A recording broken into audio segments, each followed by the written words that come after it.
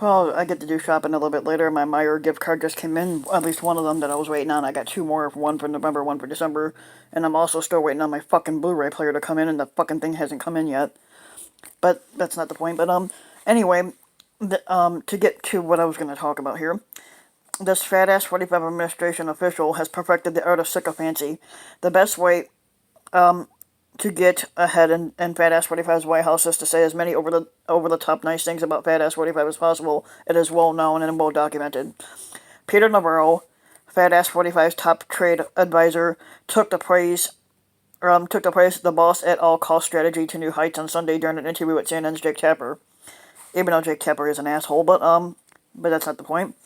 At the start of the interview, Tapper asked Navarro about comments made by Los Angeles Mayor Eric Garcetti that when it came to natural disasters like the wildfires raging in California, that Republican states tend to get better response from the federal government than Democratic ones. Here's how Navarro responded.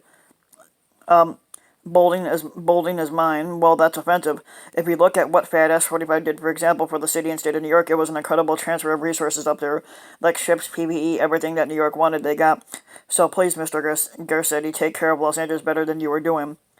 I would, if one of the things I'd like to do before we get started, though, is I would really like to congratulate 45 on being nominated for the Peace Prize, which he technically hasn't done anything to deserve a Peace Prize. The Nobel Peace Prize, because this last week, if you look at the signal rather than noise, he brokered a second deal with Bahrain. Amazing, not really amazing, but Navarro quite clearly wanted to make sure that he got that mention of Fat Ass 45 being nominated for the Nobel Peace Prize right at the top of the interview, no matter what. Probably because he knew that the Fat Ass would definitely be watching the very beginning of the interview, and he would definitely see this trade guy singing his praises. Fat Ass was nominated for the Peace Prize by a Norwegian lawmaker who was a member of a far-right anti-immigration party. This same lawmaker nominated Fat Ass for the prize in 2018 as well. And Navarro, because he's done his homework, knows that Fat Ass has long been fixated on the Nobel Committee and the fact that he hasn't won a Peace Prize yet. He says, basically, I'm thinking I'm going to get a Nobel Peace Prize for a lot of things if they give it out fairly, which they don't. Fat Ass 45 said in the September 2019 at the United Nations. They gave it out, and they gave one to Obama immediately upon his ascent to the presidency, and he had no idea where he got it. And you know what? That was the only thing I agreed with him on. Barack Obama had won the Peace Prize in 2009 for his extraordinary efforts to strengthen international diplomacy and cooperation between people. In the immediate aftermath of the announcement that he had been nominated for the Peace Prize this year, Fat Ass 45 went on a tweeting spree sharing praise for his nomination from luminaries in the Fat Ass 45 universe, including faux business racist Lou Dobbs, conservative talk radio host racist Mark Levin, and QAnon supporting racist Georgia Republican House candidate leader Marjorie Greene. White House Press Secretary Kayleigh McEnema opened her press briefing last Wednesday with the praise for the Fat Ass. This is a hard-earned and well-deserved honor. Technically it's not. And on Sunday night, during an indoor Klan rally in Nevada, Fat Ass 45 himself made sure his audience knew about the nomination. He says they nominated your fat ass twice last week. Technically, you're not my president, you fucking fat ass. For two different subjects for the Nobel Prize, but the fake news media didn't cover it, he said.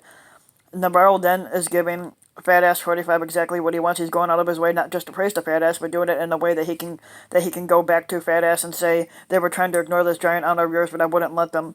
Navarro is following in a long tradition of Fat Ass 45 administration officials trying to one-up one another when it comes to how obsequious they can be to their boss. Dumbass Mike Pence has long been the platonic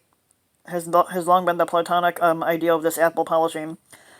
At a single cabinet meeting in 2017, he once praised Fat Ass 45 every 12 seconds for 3 minutes straight, according to calculations made by the Washington Post's Aaron Blake. And Secretary of State Mike Pompeo has risen through the ranks of Fat Ass 45's administration and into his current status as most favored cabinet member by his willingness to praise the Fat Ass no matter what. In a speech from Jerusalem at the Republican National Convention late last month, Fat Ass Pompeo said he and his family are more safe and their freedoms are more secure because Fat Ass 45 has put his America First vision into action. No, it hasn't. It may not have made him popular in every foreign capital, but it's worked. No, it hasn't. Navarro's appearance with Tapper on Sunday serves as a shot across the bow on the two mics. You guys now have competition for the suck up title. And Jake Tapper basically cut Navarro off because Navarro wouldn't answer questions. So if you like the video, give the video a like and subscribe to my channel, Rambin Mike, and also hit the notification bell so that you'll be notified when a new video comes out. Thanks for listening.